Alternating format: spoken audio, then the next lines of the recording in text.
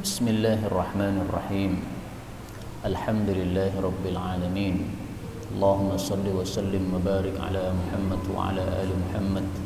Allahumma anfa'na bima 'allamtana wa 'allimna ma yanfa'una wa zidna 'ilma wa barik lana fi 'ilmina warzuqna al-ikhlasa fil qawli wal 'amali kamila wa nas'aluka Allahumma 'ilman nafi'an la yunsa wa tawfiqan da'ima wa sihhatan wa yaqina.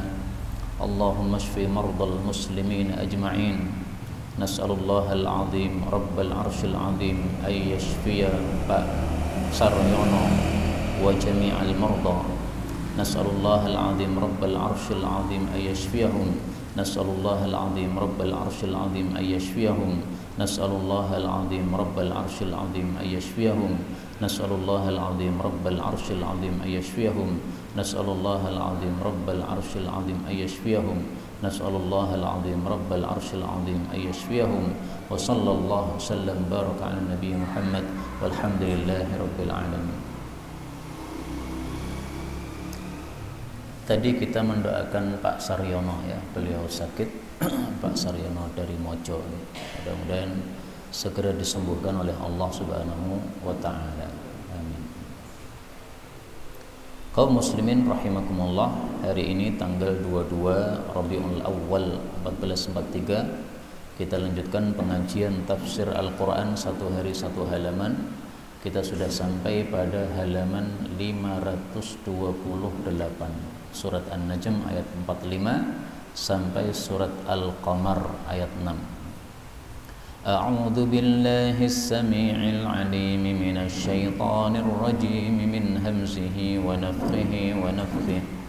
Wa annahu khalaqaz zawjayni adh-dhakara wal untha min nutfatin idza tumni wa anna 'alayhi an-nasha'atal ukhra wa annahu huwa aghni wa aqni wa annahu huwa rabbus syi'ri wa annahu ahlaka 'adal lula wa thamudan fama abqi wa qauma nuhin min qablu innahum kanu hum adlama wa atghi wal mutafikata ahwi faghashaha ma ghashi fabiayyi ala'i rabbika tamari hadha nadhirun minan nuduril uli azifatil azifih laysa laha min dunillahi kashifih afamin hadzal hadits ta'jabun wa tadhakuna wa la tabkun wa antum samiduna fasjudu lillahi wa'budu. Bismillahirrahmanirrahim. Iqtarabatis sa'atu wanshaqqal qamar wa in yaraw ayatan yu'ridu wa yaqulu sihrun mustamir wa kadzabu wattaba'u ahwa'ahum wa kullu amrin mustaqirrin wa laqad ja'ahum minal anba'i ma fihi muzdajar hikmatun balighatun fama tughni an-nudhur fatawalla anhum yawma yad'u ad-da'i ila syai'in nukr. Alhamdulillahi rabbil alamin. Allahumma arhamna bil Qur'ani amin. Pada satu halaman yang kita baca ini ada beberapa kata yang bisa dibaca dengan dua bacaan yang semuanya mutawatirah. Yang pertama ayat 47 nasy'ata boleh dibaca nasya'ata. Yang kedua ayat 50 adanil ula boleh dibaca adallula lula. Jadi alifnya hilang di sini. Kemudian ayat 51 wa thamuda boleh dibaca tanwin wa thamudan fama abqa. Kemudian ayat 55 tatamara boleh digabung taknya menjadi rabbikat tamara. Tapi ini hanya berlaku ketika bacaannya disambung. Kalau bacaannya berhenti rabbik, maka di sini taknya harus dua, tatamara. Ini pada surah An-Najm.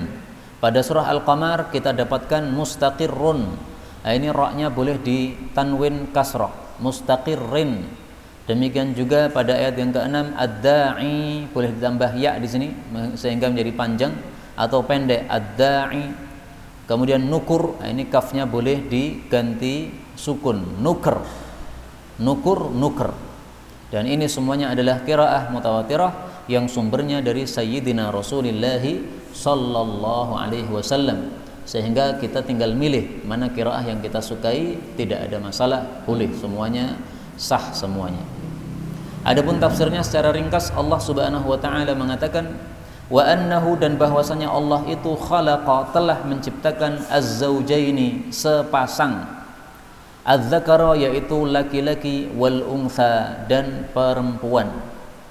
Ini masih melanjutkan ayat-ayat sebelumnya di mana Allah Subhanahu wa taala menunjukkan kemahakuasaannya Allah, sehingga Allah itu berhak disembah, tidak boleh menyembah selain Allah karena yang berkuasa hanya Allah. Nah, kekuasaan Allah itu kayak apa bentuknya? Adhaka wa abka pada ayat 43 ya. Membikin tertawa, membikin menangis itu Allah yang melakukan. Mematikan, menghidupkan Allah yang melakukan. Menciptakan sepasang, ada laki ada perempuan, Allah yang melakukan.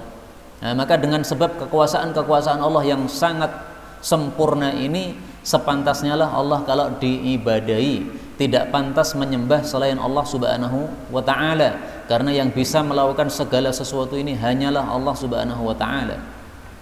Az-zakar wal untha ini tidak hanya manusia, karena kita dapatkan laki dan perempuan ini juga pada binatang-binatang. Bahkan pada pohon-pohon pun ada jantan ada betina, dengan bukti ketika pohon betina tidak ditaburi dengan bagian dari pohon jantan, tidak akan berbuah dengan baik. Nah, berarti ada jantan ada betina. Makanya Allah mengatakan pada ayat berikutnya min nutfatin, dari mani, idza tumna, apabila dipancarkan. Nah, kalau ini berarti dari manusia atau dari binatang. Binatang ada maninya, kemudian manusia pun juga ada maninya. Nah, dari mani itulah diciptakan sepasang laki-laki maupun perempuan. Ini maha kuasanya Allah. Nutfah itu adalah mani yang sudah bercampur antara mani laki-laki dengan mani perempuan, sebagaimana Allah sebutkan pada surah yang lain, min nutfatin amsyajin, pada surah Al-Insan ayat 2. Inna, sesungguhnya kami, khalaqnal insan, kami ciptakan manusia, min nutfatin, dari mani, amsyajin, yang bercampur. Nah, bercampur ini maksudnya campuran antara mani laki-laki dengan mani perempuan. Nah, baru terjadilah bayi dari situ.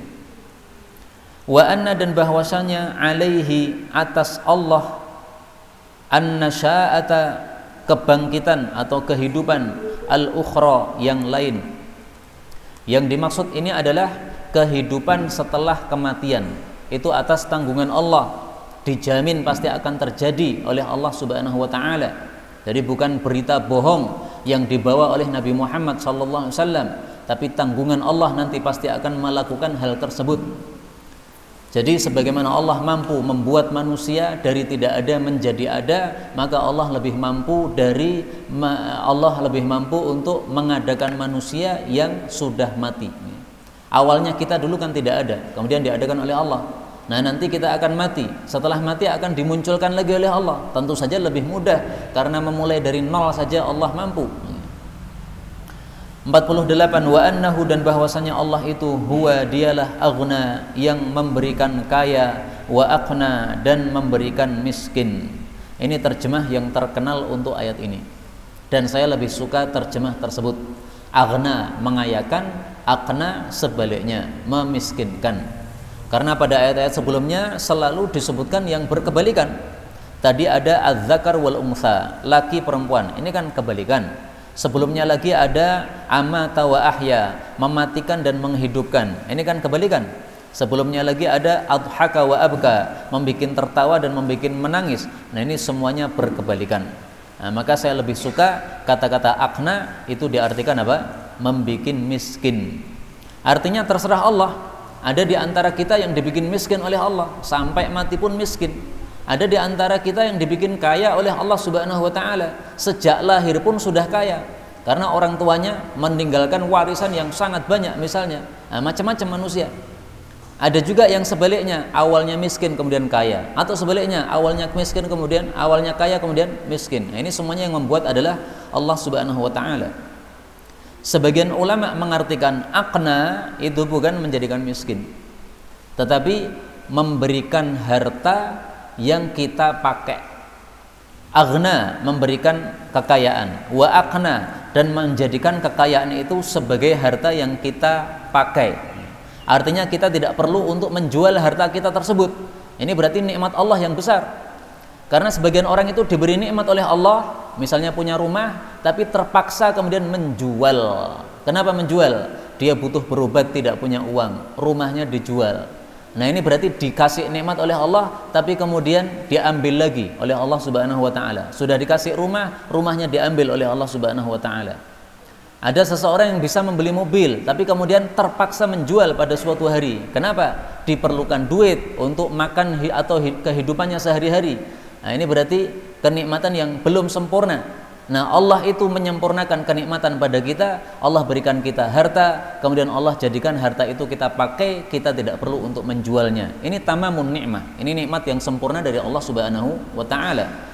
Nah, maka kalau diartikan seperti itu aqna, maka maksudnya adalah syukurilah nikmat Allah. Allah sudah kasih kamu kekayaan, kemudian kekayaan ini tidak perlu kamu jual karena kamu sudah dicukupi untuk kesehariannya. Ini nikmat Allah Subhanahu wa taala. 49. Wa annahu dan bahwasanya dia Allah huwa dialah rabbus syi'ra, pemeliharanya bintang syi'ra. Bintang syi'ra ini salah satu bintang yang saya tidak ngerti kalau untuk bahasa Indonesia ini terjemahnya apa. Nanti dilihat saja pada Quran terjemah itu. Dan itu tidak penting kita mengetahuinya, karena yang penting maksudnya adalah syi'ra, bintang yang biasa disembah oleh sebagian orang-orang Arab, itu yang memeliharanya adalah Allah. Yang menciptakannya adalah Allah, yang mengaturnya adalah Allah, yang merawatnya adalah Allah. Lah kenapa engkau sembah bintang syi'ra itu? Kenapa engkau tidak menyembah zat yang menciptakan bintang syi'ra saja? Makhluk kok disembah? Apa perlunya makhluk disembah? Itu maksudnya. Kemudian Allah mengatakan wa annahu dan bahwasanya dia Allah ahlaka telah menghancurkan Adan, kaum Ad al-ula yang pertama, yaitu kaum Ad yang terdahulu. Kaum Ad ini kaumnya siapa? Wa ila Adin akhahum Huda, kaumnya Nabi Hud alaihi salatu wassalam. Wa Samudan dan juga Allah menghancurkan kaum Samud. Fama abqa, maka Allah tidak menyisakan. Artinya semuanya binasa, kaum Ad maupun Samud, tidak ada sisa di antara mereka. Semuanya sudah mati tanpa ada satupun dari mereka orang-orang kafir yang tersisa. Nah, tentang siksaan Allah kepada Ad dan Samud ini sudah kita pelajari pada waktu-waktu yang lalu, yaitu pada surah Al-Haqqah ayat 4 dan seterusnya. Kadzabat Tsamud wa 'Adun bil qari'ah, telah mendustakan kaum Tsamud, kaumnya Nabi Saleh, wa 'Adun dan kaum Ad, kaumnya Nabi Hud, bil qari'ah, terhadap kiamat yang disampaikan oleh nabi mereka. Fa amma Tsamudu, maka adapun kaum Tsamud, fa uhliku, mereka dibinasakan, bitaghiyah, dengan teriakan yang sangat keras, yang melampaui batas teriakan itu. Jadi hanya dengan teriakan itu Allah bisa mematikan orang. Ini yang berteriak siapa ini? Bisa jadi malaikat Jibril, karena sebagian ulama mengatakan malaikat Jibril berteriak semua orang mati. Jadi kalau malaikat Jibril berteriak, ini sudah cukup bagi Allah untuk membinasakan satu kampung atau satu kaum. Wa amma Adum, adapun kaum Ad, fa uhliku, maka mereka dibinasakan birihing sorsor, dengan angin sorsor yang sangat dingin dan suaranya keras, atiyah, yang melampaui batas. Sakharaha alaihim sab'a layalin wa thamaniyata ayyamin, yang Allah menjalankan angin itu kepada mereka selama 7 malam 8 hari. Husuman, bertubi-tubi. Fataral qauma fiha sar'a, maka engkau melihat kaum itu di dalamnya langsung pada mati. Nah, ini telah tentang pembinasaan kaum Ad dan kaum Tsamud, diringkas oleh Allah pada ayat ini dan dijabarkan oleh Allah pada surah Al-Haqqah ayat 6 dan sebelumnya tadi. Kemudian Allah Subhanahu wa taala mengatakan, wa qauma Nuhin, dan kaumnya Nabi Nuh juga dihancurkan oleh Allah min qablu, sebelum mereka. Innahum, sesungguhnya mereka, kanu, adalah mereka itu, hum, mereka itu, azlama, lebih zalim, wa atgha, dan lebih melampaui batas. Artinya kaum Ad, kaum Samud, kaumnya Nabi Nuh itu lebih melampaui batas dan lebih zalim daripada umat-umat setelah mereka. Termasuk diantaranya adalah umat Nabi Muhammad sallallahu alaihi wasallam. Nah, maka maksudnya umat Nabi Muhammad disuruh mengambil pelajaran kaum-kaum terdahulu yang kekuatannya berlipat-lipat dari umat belakangan, umatnya Nabi Muhammad sallallahu alaihi wasallam. Mereka saja semuanya hancur tak tersisa. Lah bagaimana dengan umatnya Nabi Muhammad yang mereka bodinya kecil-kecil, usianya pendek-pendek, kekuatannya juga tidak sekuat umat terdahulu, lebih mudah bagi Allah untuk menghancurkan mereka. Itu maksudnya. Karena kita ini umat Nabi Muhammad sallallahu alaihi wasallam itu memang diberi kekuatan yang lemah oleh Allah Subhanahu wa taala dibandingkan umat-umat terdahulu. Dan para ulama mengatakan umat Nabi Muhammad diberi usia pendek, diberi kekuatan lemah, diberi rizki tidak sebanyak umat terdahulu. Itu justru bentuk rahmat Allah kepada umat Nabi Muhammad SAW. Kenapa? Karena mereka umat terdahulu gara-gara nikmat yang sangat banyak, gara-gara kekuatan yang sangat kuat, gara-gara bodi mereka yang sangat besar, akhirnya mereka sombong.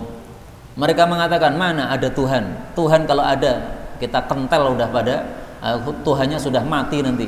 Mereka sombong seperti itu. Maka oleh Allah kita dikasih nikmat atau rahmat. Rahmatnya apa? Usianya dipendekkan, hartanya tidak dibanyakkan, bodinya tidak sebagaimana orang umat-umat terdahulu. Ini rahmat dari Allah Subhanahu wa taala. 53 wal mu'tafikata, dan kampung yang terbalik. Ahwa, Allah itu telah menjatuhkan mereka. Faghasyaha, lalu menutupi mereka. Ma ghasya, apa yang menutupi mereka. Faghasyaha, maka Allah menutupi kampung tersebut. Ma ghasya, dengan sesuatu yang Allah itu menutupi. Ini maksudnya adalah kampung yang dibalik oleh malaikat Jibril dengan perintah Allah Subhanahu wa taala karena mereka melakukan sodomi, yaitu kaumnya Nabi Lut alaihi salatu wassalam. Jadi kampung mereka diambil oleh malaikat Jibril dengan sayapnya sebagaimana disebutkan dalam sebagian riwayat, kemudian diangkat ke langit, habis itu dibalikkan, kembalikan lagi pada tempatnya. Maka sekali kejap sudah langsung satu kampung habis total, tidak tersisa sama sekali. Dan karena kejadian inilah sebagian ulama mengambil pelajaran kalau ada orang melakukan sodomi, melakukan homoseks, maka hukumannya adalah ditaruh di tempat yang paling tinggi, kemudian dijatuhkan dari tempat tersebut. Kalau di Solo ya naikkan ke Paragon sana, tingkat paling atas, joroke sampai kemudian gundulnya natap aspal, remuk mati. Nah, itu cara menghukum orang yang sodomi, sesuai dengan hukuman yang diberikan oleh Allah kepada kaumnya Nabi Lut alaihi salatu wassalam. Yang dimaksud ma ghasya, Allah menutupi dengan sesuatu yang Allah tutupkan pada mereka. Maksudnya apa? Batu-batu yang dihujankan kepada mereka disebut mandud. Kita lihat dalam Al-Quran, Allah Subhanahu wa ta'ala menyebutkannya pada surah Hud ayat 82. Falamma jaa amruna, maka tatkala datang siksa kami, ja'alna 'aliyaha safilaha, kami jadian bagian atas dari kampung tadi menjadi bagian bawah, dibalik. Nah, caranya diangkat tadi kemudian dibalik. Wa amtarna 'alaiha, dan kami hujankan kepada mereka hijaratan, bebatuan, min sijilin, dari tanah yang sudah tanah liat yang sudah terbakar, mandudin, yang bertumpuk-tumpuk. Jadi bertubi-tubi datang kepada mereka batu itu. Tidak hanya satu batu, tapi bebatuan datang terus-menerus kepada mereka. Jadi sudah dihujani oleh Allah Subhanahu wa taala dengan batu, juga mereka dibalik kampungnya oleh Allah Subhanahu wa taala. Dan dari sinilah sebagian ulama mengambil pelajaran juga bahwasanya kalau ada orang melakukan sodomi, maka cara menghukumnya apa? Dilempari batu sampai mati.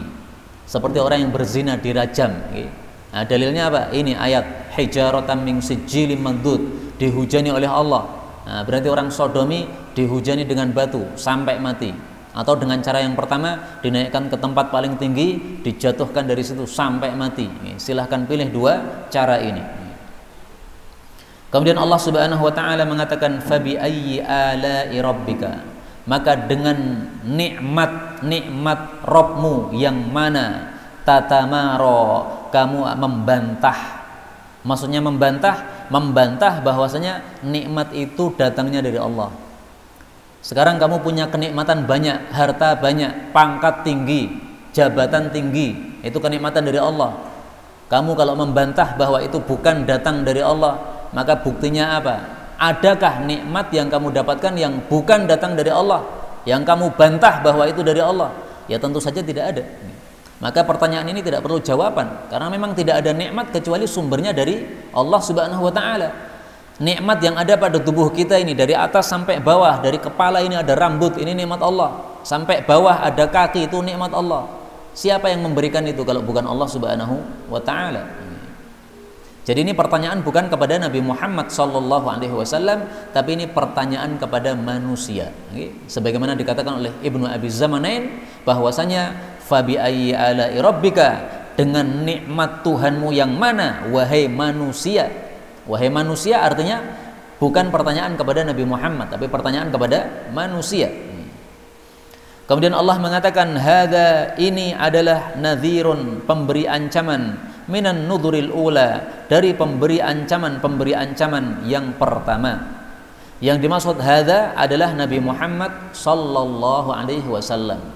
Nabi Muhammad itu memberikan ancaman adanya neraka bagi yang tidak mau masuk Islam, itu sama dengan pengancam-pengancam yang lalu yang dikirim oleh Allah. Artinya apa? Nabi Muhammad datang membawa ancaman ada neraka, ada surga. Itu bukan perkara baru. Sejak zaman dulu sudah ada nabi-nabi seperti Nabi Muhammad SAW. Artinya Allah mengingkari orang-orang kafir Quraisy. Kenapa kalian dikirimi nabi kok tidak bersyukur, malah mengingkari? Nabi-nabi sejak dulu juga ada. Apakah belum mendengar cerita ada Nabi Musa, ada Nabi Isa, ada Nabi Ibrahim, ada Nabi Adam, ada Nabi Nuh? Kan itu cerita sudah populer di mana-mana. Kok kalian tidak mau menerima nikmat Allah Subhanahu wa taala yang berupa apa? Dikirimnya seorang nabi di tengah-tengah mereka. Coba kalau kita orang Jawa, nabi diangkat dari orang Jawa, kan kita bangga karena kita orang Jawa dimuliakan oleh Allah, dikirimi nabi. Ini orang-orang Arab bukannya bangga, malah membantah Nabi Muhammad sallallahu alaihi wasallam.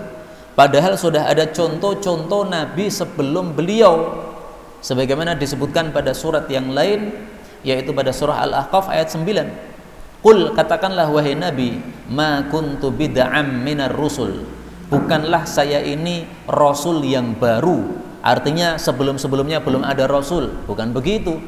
Sejak dulu sudah ada rasul. Saya bukan rasul baru, bukan. Saya hanya mengikuti langkah-langkah rasul sebelumnya. Sama-sama rasul dulu diutus oleh Allah, saya juga diutus oleh Allah. Bukan kok saya ini orang baru yang sebelumnya belum pernah ada rasul, bukan. Dulu sudah ada contoh-contoh rasul sebelumnya.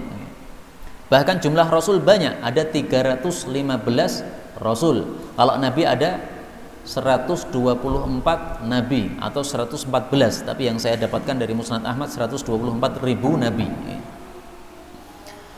Baik, kita lanjutkan. Allah mengatakan azifat, telah dekat, al-azifah, sesuatu yang dekat. Laisa, tidak ada, laha, baginya, min dunillahi, dari selain Allah, kasyifah, orang yang menyingkap. Yang dimaksud azifah itu adalah kiamat. Jadi nama lain dari kiamat adalah al-azifah, sesuatu yang dekat. Kenapa kiamat disebut dekat? Padahal sejak turun ayat ini sampai hari ini belum terjadi kiamat. Berarti kan lama nih. Nah, maka orang Arab itu mempunyai satu kaidah. Mereka mengatakan kullu ma huwa atin qaribun. Segala yang pasti datang itu disebut dekat. Nah, karena kiamat ini pasti datang, maka disebut apa? Dekat, azifah. Telah dekat sesuatu yang dekat, yaitu hari kiamat. Maka maksudnya ancaman dari Allah Subhanahu wa taala, kiamat akan segera datang, kamu persiapkan untuk menghadapinya, yaitu dengan amalan-amalan soleh supaya kita mendapatkan pahala yang baik dari Allah Subhanahu wa taala. Kalau kiamat sudah datang, tidak ada yang bisa menyingkap. Menyingkap maksudnya menolak. Kalau kiamat sudah dikirimkan oleh Allah, tidak ada yang bisa menolak. Ini makna pertama. Makna kedua, tidak ada yang menyingkap, maksudnya tidak ada yang mengetahui tentang kiamat. Kiamat tahun berapa? Nggak ada yang tahu. Kalau ada orang menafsirkan hadis misalnya, mengatakan kiamat adalah terjadi pada tahun sekian, pasti bohongnya. Nggak mungkin benar, nggak mungkin. Karena Nabi Muhammad SAW pernah tanya kepada malaikat, ditanyai oleh malaikat Jibril alaihi salatu wassalam, kapan itu kiamat? Maka beliau mengatakan mal mas'ulu anha bi'a'lama minas sa'il. Yang ditanya tidak lebih tahu daripada yang bertanya. Nabi Muhammad SAW tidak tahu, malaikat Jibril juga tidak tahu. Nabi Muhammad manusia paling berilmu, malaikat Jibril malaikat paling utama. Dua tokoh ini saja tidak ngerti kiamat. Maka kalau ada orang mengatakan kiamat terjadi pada tahun sekian, dalilnya riwayat ini, pasti bohong, tidak usah diperiksa riwayatnya. Itu kalimat sudah pasti jelasnya bohong. Karena di sini Allah mengatakan laisalaha min dunillahi kasyifah. Tidak ada yang bisa menyingkap kapan kiamat. Kemudian Allah mengatakan afamin, maka apakah terhadap hadzal hadis, perkataan ini, maksudnya Al-Qur'an, ta'jabun, kalian merasa heran? Jadi orang-orang kafir ketika dibacakan Quran mereka merasa heran, artinya tidak percaya bahwa itu kalam Allah Subhanahu wa taala. Merasa heran kenapa yang dipilih Nabi Muhammad sallallahu alaihi wasallam kok bukan orang yang mulia di antara mereka. Nah, mereka kemudian menolak apa yang disampaikan oleh Rasul sallallahu alaihi wasallam. Allah mengatakan wa tadhakun, dan kalian malah tertawa-tawa, wala tabkun, dan kalian tidak menangis, wa antum, dan kalian itu samidun, berpaling. Fasjudu lillahi, maka sujudlah kepada Allah, wa'budu, dan ibadahlah kepada Allah Subhanahu wa taala. Yang dimaksud tertawa ini tertawa mengejek. Jadi kalau mereka diberitahu bahwa nanti ada kehidupan setelah mati, manusia setelah menjadi debu lagi karena dikubur di kuburan, nanti akan dibangkitkan oleh Allah jadi manusia lagi, mereka tertawa mengejek. Masa ada kayak begitu ya. Wala tabkun, tidak mau menangis, maksudnya tidak menangis sebagaimana orang-orang yang baik. Kalau dibacakan Quran mereka menangis ketika mendengar ayat-ayat ancaman takut kepada Allah Subhanahu wa taala atau terharu dengan apa yang didengarkan dari Al-Qur'an. Sebagaimana disebutkan oleh Allah Subhanahu wa taala pada surat yang lain, surat Al-Isra ayat 109, wa yakhruna lil adqani yabkun wa yaziduhum khushu'a, dan mereka itu roboh pada dagu-dagu mereka, maksudnya sujud ya. Dan mereka menangis, dan itu menambahi mereka kekhusyuan kepada Allah Subhanahu wa taala. Ini sifatnya orang-orang yang baik. Karena itulah disunnahkan kalau kita membaca surat An-Najm ini pada kata-kata fasjudu lillahi wa'budu, kita disunahkan untuk melakukan sujud tilawah. Dan sujud tilawah ini boleh dilakukan di dalam sholat, juga boleh dilakukan di luar sholat. Hanya saja para ulama berselisih pendapat bagaimana kalau sholatnya sholat sirriyah, sholat duhur, sholat asar yang bacaannya tidak keras. Boleh tidak imam sujud tilawah, membaca surat apa? An-Najm, kemudian dia sujud tilawah, boleh enggak? Diperselisihkan oleh para ulama. Yang mengatakan tidak boleh beralasan karena akan menyebabkan kericuhan para jamaah. Imamnya setelah berdiri tiba-tiba sujud. Nah, para jamaah pasti akan mengatakan subhanallah, ini imamnya lupa. Padahal imamnya tidak lupa karena dia membaca ayat sajdah. Nah, maka kalau kita mengikuti pendapat yang membolehkan, silahkan. Tetapi bagaimana caranya supaya jamaah tidak rancu?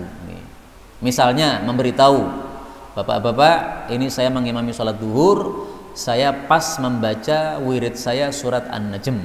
Jadi nanti rakaat kedua saya akan baca rukuk terakhir An-Najm. Nanti saya akan sujud tilawah insyaallah. Nah, nanti pas sujud tilawah semuanya tidak ada yang rancu karena sudah diberitahu. Atau dengan cara yang lain, misalnya sebelum kita membaca ayat sajdah ini kita keraskan suaranya. Jadi surat An-Najm kita baca pada sholat duhur tanpa suara, tetapi pada ayat terakhir kita keraskan, fasjudu lillahi wa'budu Allahu akbar, nggak apa-apa. Atau surat Iqra ya, wasjud waqtarib, kita keraskan. Satu ayat saja dikeraskan dalam rangka untuk memberitahu ini ayat sajdah. Jadi saya sujudnya sujud tilawah, nggak ada masalah. Dan bahkan ini termasuk sunnah Nabi yang sudah mati. Kadang-kadang Nabi itu sholat duhur, sholat asar mengeraskan satu ayat, diperdengarkan kepada para jamaah supaya jamaah tahu bahwa Nabi itu membaca surat ini supaya mereka hafal. Oh, bacaan Nabi surat duhur adalah surat ini, sholat asar adalah surat ini. Baik, inilah kaum muslimin rahimani wa rahimakumullah, ayat surat An-Najm, tafsiran secara ringkas adalah yang sudah antum dengarkan ini. Kita lanjutkan dengan surah Al-Qamar. Al-Qamar artinya bulan. Kalau An-Najm artinya apa? Bintang. Bintang lebih besar daripada bulan. Kita lanjutkan. Allah Subhanahu wa taala mengatakan iqtarabat, telah dekat as-sa'atu kiamat, wang syaqqa, dan telah terbelah al-qamaru, bulan.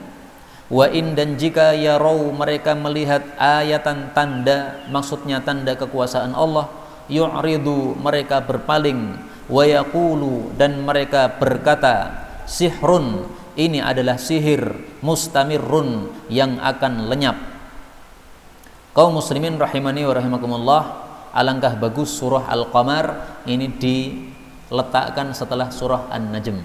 Kenapa? Surah An-Najm pada akhirnya membicarakan tentang kiamat, bahwa kiamat telah dekat.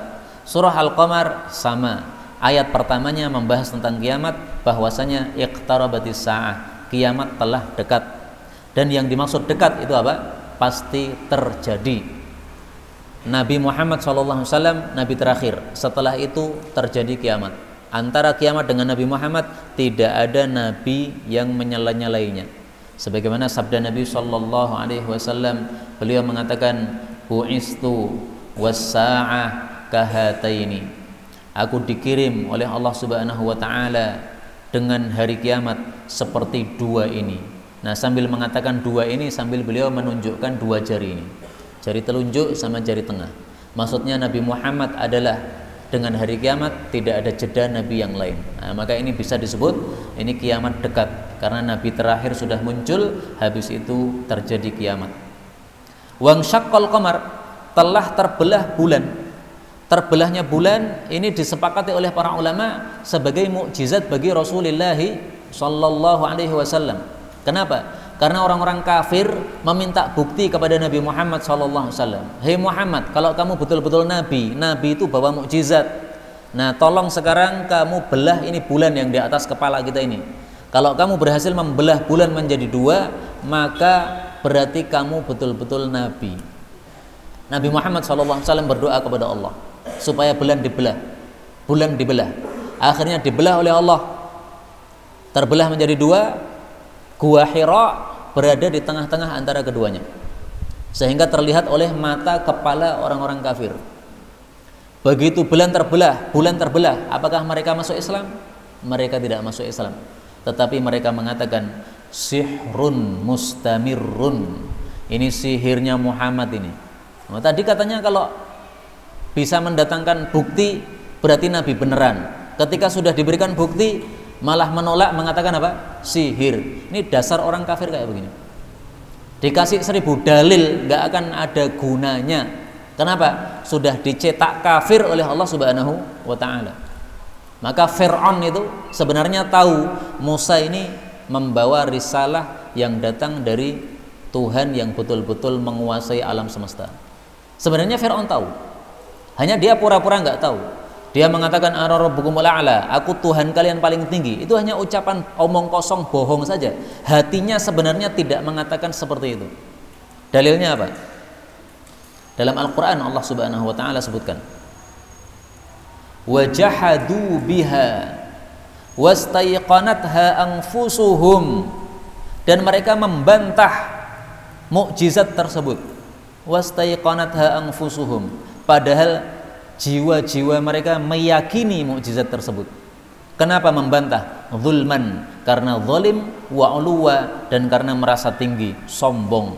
Fangdur kaifa kana aqibatul mufsidin, maka lihatlah bagaimana akibatnya orang-orang yang berbuat rusak seperti itu, yaitu Fir'aun dan bala tentaranya. Nah, ini bukti bahwasanya Fir'aun itu sebenarnya meyakini apa yang sudah disampaikan oleh Nabi Musa alaihi salatu wassalam. Nah, demikian juga orang-orang kafir Quraisy ini, mereka sebenarnya tidak bisa menjawab bahwasanya Nabi Muhammad itu betul-betul Nabi, nggak bisa membantah. Dengan bantahan apa lagi? Bulan terbelah bisa, dan itu tidak ada yang melakukan kecuali Allah Subhanahu wa Ta'ala yang Maha Kuasa.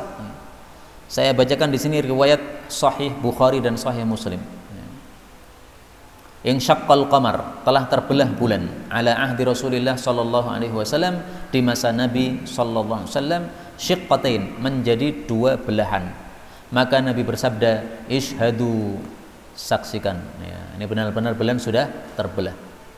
Ahla Makkah sa'alu Rasulullah, itu gara-gara penduduk Makkah minta kepada Nabi sallallahu alaihi wasallam ayyuriyahum ayah, untuk mendatangkan mukjizat kepada mereka. Fa'arahumul qamar syiqqatain, maka beliau tampakkan kepada mereka dua belah bulan. Bulan menjadi terbelah dua. Hatta ra'au Hira bainahuma, mereka melihat gua Hira berada di tengah-tengah antara dua belahan bulan tersebut. Nah, ketika mereka mengatakan sihir, apakah yakin bahwa itu sihir? Tidak. Mereka sebenarnya tahu bahwa itu bukan sihir, karena mereka tahu yang namanya sihir itu hanya memberikan efek kepada orang setempat. Kalau orang di luar tempat terkena efek ini, berarti bukan sihir. Maka orang-orang kafir Quraisy menunggu kafilah datang. Begitu kafilah datang, rombongan dagang yang masuk ke Mekah, mereka ditanya, pernah nggak melihat hari-hari yang lalu itu ada bulan terbelah jadi dua? Semuanya sepakat, betul, kami melihat bulan terbelah jadi dua. Hari apa?